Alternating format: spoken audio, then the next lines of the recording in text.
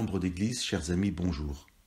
Dans le chapitre 14 du livre des Actes, à Lystre, dans la Turquie actuelle, Dieu, par le ministère de Paul et Barnabas, va guérir un infirme de naissance.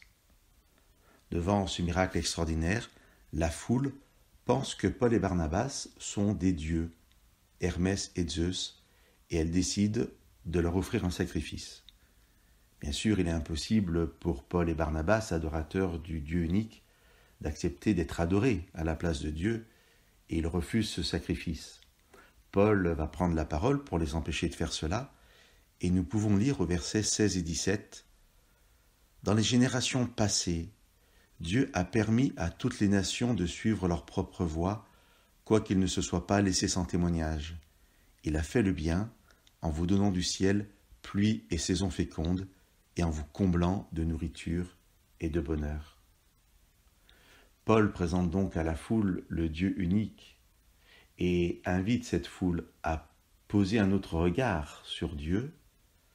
Il nous invite aussi, je pense, à poser nous-mêmes un autre regard sur Dieu et de ce fait, un autre regard sur l'autre.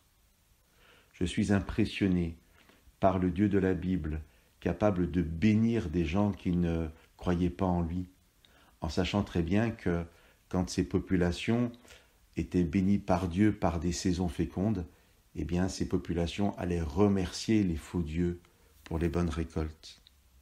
Et pourtant c'est le Dieu unique de la Bible qui permettait cela.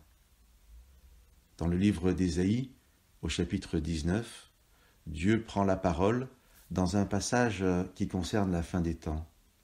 Et il nous dit « Béni soit l'Égypte mon peuple, la Syrie, œuvre de mes mains, et Israël, mon patrimoine. » Ainsi moi-même peut-être, je suis invité à poser un autre regard sur Dieu, qui n'est pas simplement le Dieu des chrétiens, mais le Dieu de toutes ses créatures. Et je suis aussi invité à poser un autre regard sur l'autre, qui n'est pas simplement celui qui adore un faux Dieu, mais celui qui est déjà béni par le vrai Dieu avant même que je ne le rencontre et que je puisse lui présenter qui est le vrai Dieu. Que Dieu nous bénisse et que nous sachions vraiment porter sur l'autre le regard que Dieu porte sur lui. Amen.